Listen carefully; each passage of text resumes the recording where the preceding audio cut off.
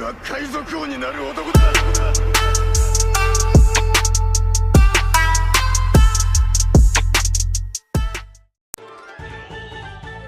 Fala galera, sejam bem-vindos ao canal Supernovas, o canal favorito do Eiichiro Oda. Hoje eu tô aqui com meu parceiro Isaac. Fala galera. E hoje a gente vai comentar sobre esse capítulo tão aguardado, que é Jinbe vs Who's-Who, o capítulo 1018. E fica com a gente até o final, porque a gente tem uma teoria incrível sobre o Nika, o Deus do Sol. E sem mais delongas, bora pro vídeo. Isso aí, mano. E é engraçado que o Oda sempre coloca uma frase ou uma palavra pra representar algo que é falado no capítulo, mas dessa vez ele não enrolou, cara. É Jinbe versus Who's-Who. Minha esperança é que continue nesse ritmo e o próximo capítulo se chame Robin versus Black Maria, o próximo Franky versus Sasaki. Isso até lembra um pouco a dinâmica de Enies Lobby. É isso aí. E seguindo pro capítulo, a gente já começa mais uma vez com o Otama. Já tem vários capítulos aí que o Oda começa o capítulo com o Otama. E eu acho que dessa vez é a última, cara. Pelo menos eu espero que seja. O Oda tá num atara por escrever gente correndo e mostrar o Otama fazendo alguma coisa lá na guerra. E a Otama causou um fuzuê, porque através dos dangos dela que os subordinados comeram, ela faz com que eles, que comeram os dangos, se virem contra o exército do Kaido.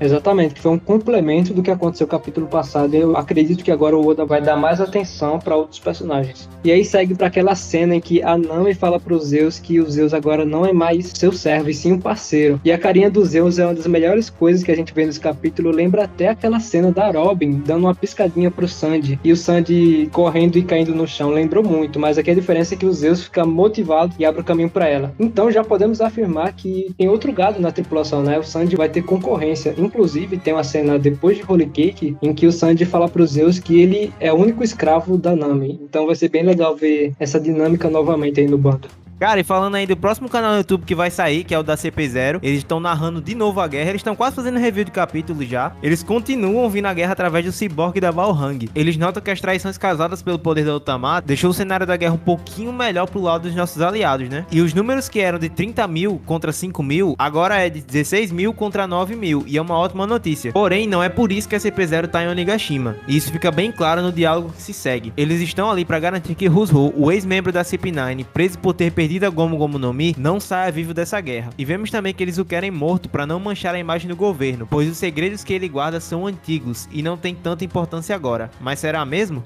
Isso só reforça aquela teoria que a Gomu Gomu no Mi não é apenas uma fruta comercial que eles estavam transportando para, quem sabe, dar para algum membro da marinha, para a marinha ficar mais forte, né? Realmente a Gomu Gomu no Mi representa mais que isso. Isso pode incomodar algumas pessoas e outras não, mas agora a gente só pode teorizar sobre isso. E no capítulo passado a gente falou, né, sobre a possível relação da Gomu Gomu no Mi. E tá aí no canal pra vocês darem uma olhada, vou deixar aí no card. E seguindo, a gente vai para o grande ponto alto desse capítulo, que é a continuação da luta entre Who's-Who e Jinbe. E antes de mais nada, a gente já quer dizer que foi uma das lutas mais bem desenhadas de Onigashima. Simplesmente perfeito, como Oda fez a composição de toda a batalha. E além de ser visualmente muito bonita, essa luta também trouxe revelações muito incríveis sobre os segredos de One Piece. Who's-Who já é um dos personagens mais importantes de Wano, e se ele continuasse falando, ele já ia falar o que é One Piece também. No meio da luta, enquanto Who's-Who usa o Geppou pra pegar a distância, Jinbe pergunta se ele guarda rancor do Luffy, pelo que aconteceu com a Gomu Gomu no Mi. Who's-Who fala que ele guarda rancor do Shanks, pois ele quem roubou o fruto, mas o chapéu de palha que Luffy usa e o poder da Gomu Gomu no Mi, que estão com ele, fazem com que Who's-Who tenha um certo rancor por ele por se lembrar do Ruivo. E aqui confirmou que muita gente teorizava e que era praticamente certeza, né, de que foi o Shanks quem roubou a Gomu Gomu no Mi do navio do Who's-Who. Exatamente, cara, e nesse ponto vemos algo muito interessante. A técnica Gengan, a arma de presa do Who's-Who, é tão forte que foi capaz de perfurar a pele do Jinbe, mesmo com seu braço envolvido por hack do armamento. E ao perceber isso, Jinbe não tem outra escolha senão desviar dos ataques do Who's-Who sem defendê-los. Isso mostra que o Who's-Who é um oponente muito forte. Ele já tá lutando com o Jinbe já faz alguns capítulos, mesmo usando subordinados para enfrentar o Jinbe. Mas o Jinbe tá tancando, cara. Então, para mim, acontece uma das melhores cenas do capítulo, que é o Who's-Who falando que não sabia que um tritão poderia se mover tão rápido no chão. E o Jinbe devolve perfeitamente, dizendo que não é aceitável falar algo tão preconceituoso de um tritão, cara. Isso me lembra muito o arco da Ilha dos Tritões, que é um arco muito julgado pelos fãs, e faz sentido criticar porque o arco inteiro é uma apresentação dos poderes dos Mugiwaras, mas tem uma camada muito boa ali sobre racismo. Inclusive tem vários vídeos aí no YouTube, e é muito bom relembrar isso que aconteceu com o Jinbe, que é o maior representante dos tritões. E depois disso, o Hushu inicia outro assunto que deixou todo mundo doido essa semana e que a gente vai falar um pouquinho mais pra frente. Porém, antes que ele continue falando, há uma sequência de golpes muito incríveis de ambas as partes. E a gente pode ver a força do Jinbe. Cara, o Jinbe é muito forte. Ele simplesmente segura o Hushu pelas presas e arremessa no chão. Cara, essa página é sensacional. E, cara, essas páginas foram sensacionais, foram páginas justamente de sequências de luta, e eu acho que eu não vejo isso desde Katakuri vs Luffy, cara. E foi muito legal ver isso, eu espero que tenha mais ao longo da guerra. E aí o Hushu continua falando do assunto que ele começou a falar, né? E aí que a gente entra no ponto mais chocante, assim, do capítulo, que é quando ele fala sobre Nika, o deus do sol. Ele conta que quando estava na prisão, sendo severamente punido, um guarda dentro da prisão contou sobre uma tal lenda. E ele orava por uma certa pessoa pedindo salvação. Havia um guerreiro de uma lenda, e os escravos acreditavam que ele iria salvá-los da escravidão através de seus risos, e eles seriam libertos de seus tormentos. O nome desse tal guerreiro era Nika, o deus do sol. E observem bem a silhueta desse guerreiro, ela vai ser muito importante mais pra frente. Hushu conta que acabou se agarrando a essa lenda, e que o motivo pelo qual ele está contando isso pra Jinbe é por ele ter comandado os Piratas do Sol. E a gente sabe que o bando do Jinbe era o bando dos Piratas do Sol, e eles foram inspirados por Fish Tag, né, pra buscar a liberdade, o que já é uma coisa muito bonita e uma coisa muito importante da vida do Jinbe. Isso basicamente é o que define o Jinbe, né? E é aí que entra um ponto muito interessante. O Hushu conta que quando aquele tal guarda falou isso pra ele, falou do Nika, ele simplesmente desapareceu misteriosamente. E aí ele entendeu que era uma história que não podia ser espalhada, e por isso, para que ele não fosse o próximo, ele fugiu da prisão. E a gente já vê que isso é um segredo, é mais um tabu do governo mundial, e ninguém pode saber disso. Inclusive é o segredo que a CP0 tava falando antes, que eles acharam que era tão antigo que não seria tão relevante caso viesse à tona. E cara, uma coisa que é muito interessante falar é como o hack do Jinbe é forte. Na primeira cena a gente vê esse Gagan do Hushu causar dano no Jinbe, só que dessa vez o Jinbe simplesmente bota a cara, o ataque vem no rosto dele e o Jinbe fica intacto. Cara, é sensacional. E o Jinbe fica furioso com o Hushu, porque enquanto o Hushu falava sobre essa história do Deus do Sol, ele acabou falando sobre aquilo que eu falei que era o significado da vida do Jinbe, né? Que era a coisa que o Jinbe carregava em toda a sua vida. Porque o Hushu fala assim: você comandava os Piratas do Sol. Ouvi dizer que a tripulação era composta por escravos. Aliás, a história dos Tritões não é uma história de escravidão. E cara, falar isso pro Jinbe, que é o que significa a vida dele, que a gente sabe que é algo sobre preconceito, sobre racismo no mundo de One Piece, faz o Jinbe ficar furioso. E essa sequência da batalha é simplesmente sensacional, porque além da raiva do Jinbe, ele consegue mostrar todo o seu potencial, e o Jinbe conclui essa batalha dizendo assim: se você é um daqueles que fazem comentários sobre o passado dos outros, é melhor que você não venha com mediocridades. Cara, sensacional. O soco que o Jinbe dá na cara do Hushu é uma coisa linda. E surpreendente que o Oda conseguiu começar uma luta e terminar ela no mesmo capítulo, dando várias teorias pra gente fazer. Isso foi incrível desse capítulo. Já é um dos melhores de Wano, com certeza.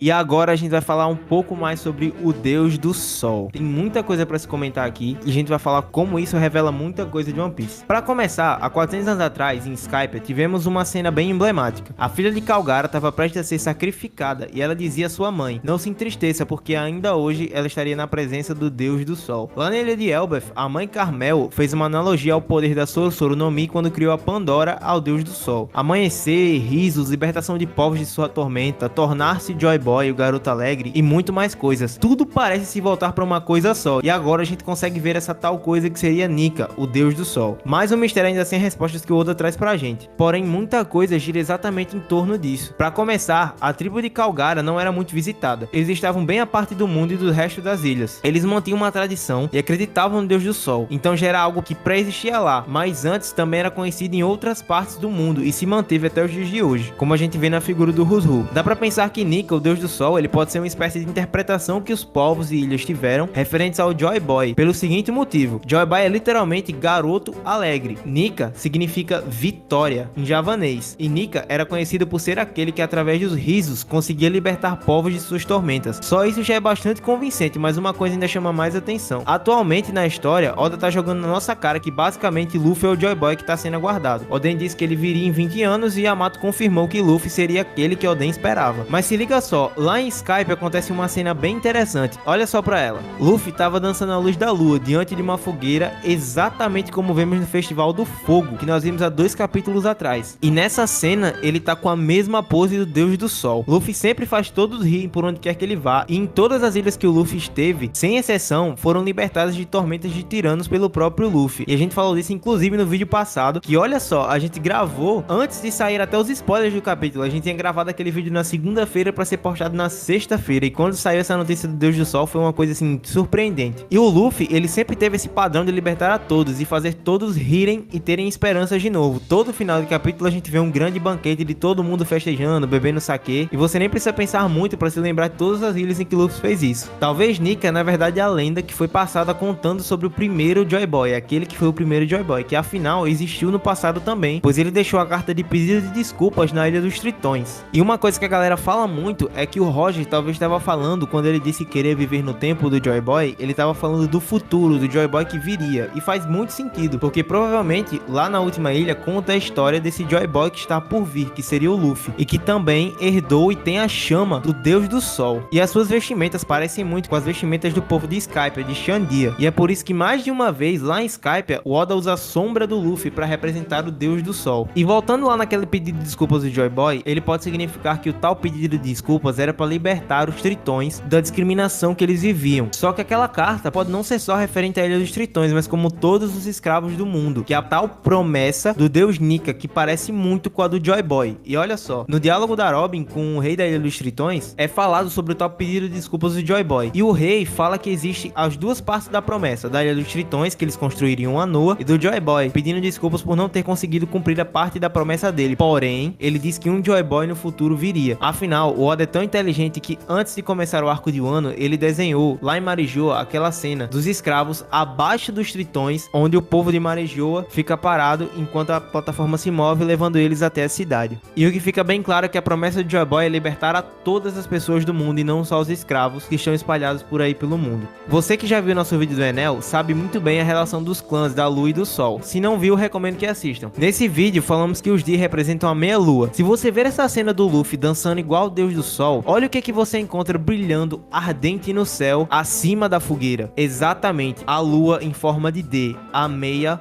lua. Toda essa cena é o Oda dizendo, é isso que significa o D. O Luffy é aquele que herdou a chama do Deus do Sol, que foi como Nika, o primeiro Joy Boy, ficou conhecido culturalmente ao redor do mundo. A mesma fogueira que vemos em Skypiea, a luz da lua, vemos em Wano, inclusive no capítulo 1016, que terminou no Yamato falando sobre o Luffy ser o Joy Boy. E depois a gente teve essa conversa do Jinbe com o Rouzou, né? Tudo se seguiu como referência. Ou seja, talvez o Deus Nika tenha sido o primeiro Joy Boy, ou alguém até antes mesmo do Joy Boy, que começou a chama da vontade dos D, que é a libertação do mundo, é que todos possam ser livres, assim como é o sonho do Luffy, ser o homem mais livre do mundo. E a vontade do D é exatamente essa, e é por isso que nessa cena o Oda desenhou a lua em forma de D. E cara, sensacional, o Oda já deixou na nossa cara há muito tempo e a gente nunca tinha percebido isso. E se preparem que nessa semana vem pedrada. Essa semana a gente vai soltar um vídeo contando tudo em relação a isso. Como Nika, o Deus do Sol, é a chave de todos os mistérios de One Piece. Então se preparem que vem coisa grande aí.